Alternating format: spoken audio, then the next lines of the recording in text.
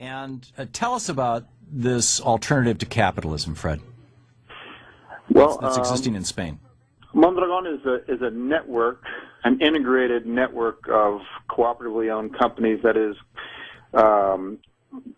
companies owned by the workers who work in the companies.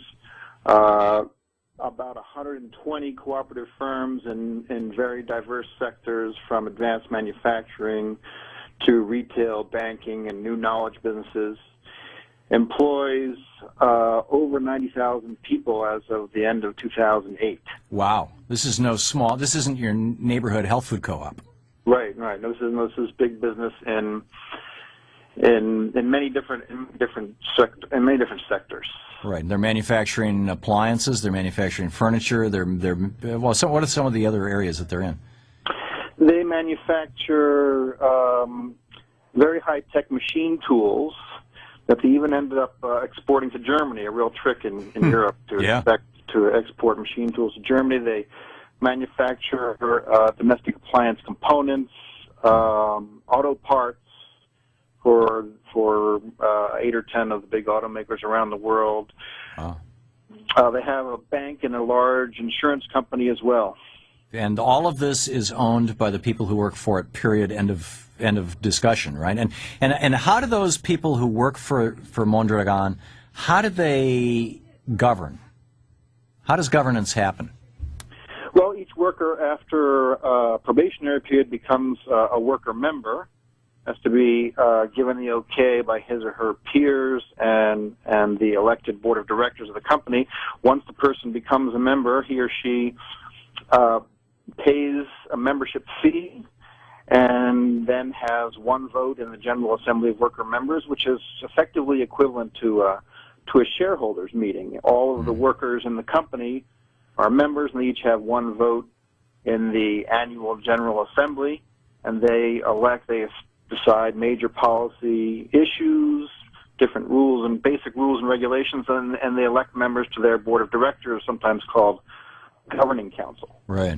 Now, Rome, one of the arguments about how and why Rome fell is that when Rome extended out beyond central Italy or southern Italy, that and particularly into northern Europe, the rest of Europe, that Romans couldn't vote unless they went back to Rome. That governance started disintegrating.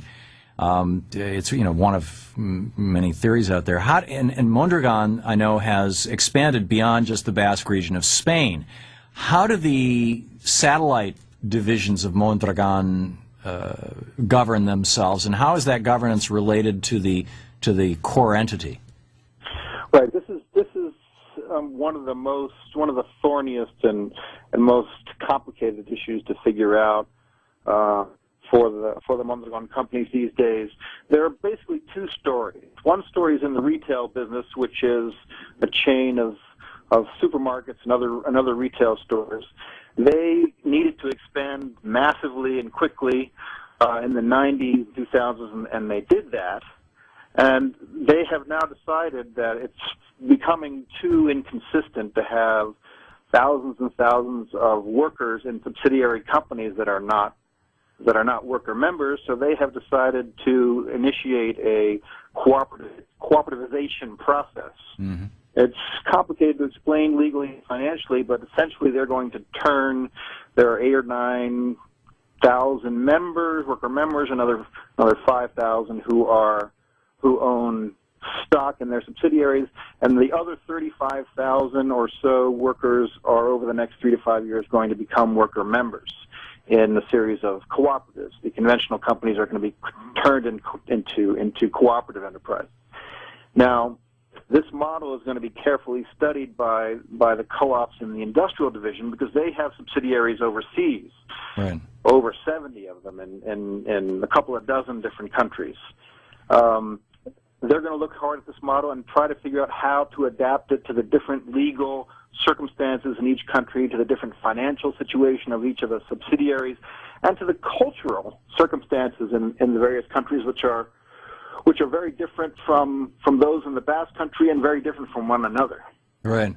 So So let's say I work at one of the Mondragon businesses. Mm-hmm. My boss is decided by who? Or by whom? It depends a lot on the business. In many instances, it's hard to talk about Mondragon as one thing. Right. It's 120 different companies and affiliated organizations, which probably now over 120 or 30 of those. Mm-hmm. In some organizations, your boss would be chosen by you and your coworkers. Mm-hmm. Many of the cooperative organizations think that a cooperative, a worker cooperative, an enterprise owned by its workers is more than a legal structure. It's more than just electing a board of directors, and it's more than just sharing the profits among the workers.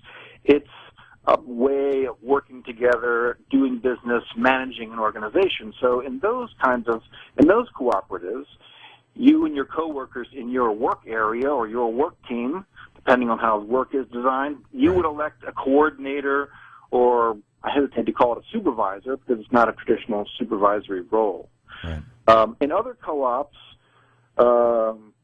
workers, managers, a mix of the two have more traditional attitudes about management, more traditional understandings of management, and your supervisor would be selected by his or her boss, and that person is named by the CEO of the company. Now, so you're describing both a bottom-up and a top-down system.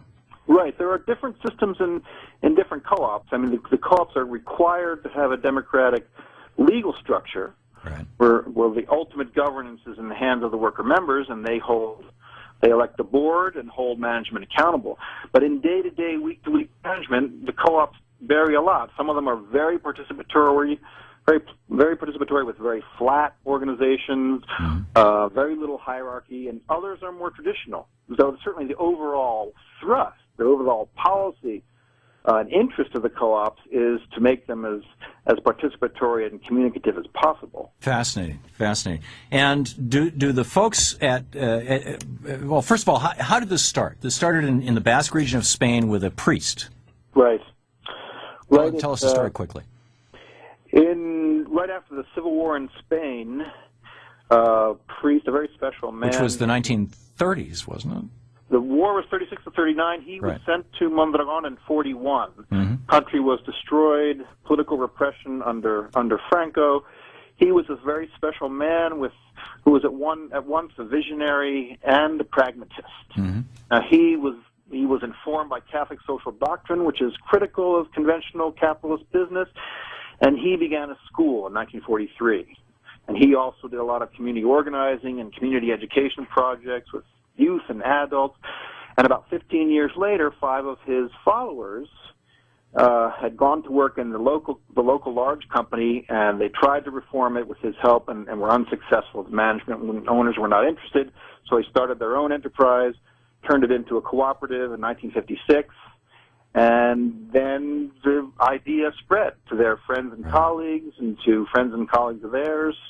By the early 60s, there were 8 or 10 co-ops and several hundred workers, and then dozens more co-ops and thousands of workers through the 60s and 70s. Right, and this is a brilliant example of the question. I think one of the big questions of our day right now that is being asked is: are we here to serve the economy, or is the economy here to serve us? And in the case of the Mondragon cooperatives, the answer by the people who put the thing together itself was, the economy is here to serve us. The business is here to serve us. So we're going to create the business in a way that will serve us, the workers, us, the citizens, us, the people who live here, as well as we can serve it. Is this promoted, and Fred, we have about a half a minute left. We're talking about Fred Freundlich, mondragon.edu. Is this promoted as an alternative to capitalism, or is that debate kind of set to the side? It's certainly not openly promoted that way. Many of the worker members think of it that way. Uh-huh. The businesses have to interact constantly with all kinds of organizations in Spain and the Basque Country and around the world, and they think it's a better way to do business. It's a better way to run an organization. It's a better way to work and manage together. But they generally don't go around the world and proselytize or stand on soapboxes and bang the table. Yeah, very interesting. Fred Freundlich, Mondragon.edu, MondragonCorporation.com, OwnershipAssociates.com. The website's Fred. Thanks for dropping by, and thanks for the great work you're doing.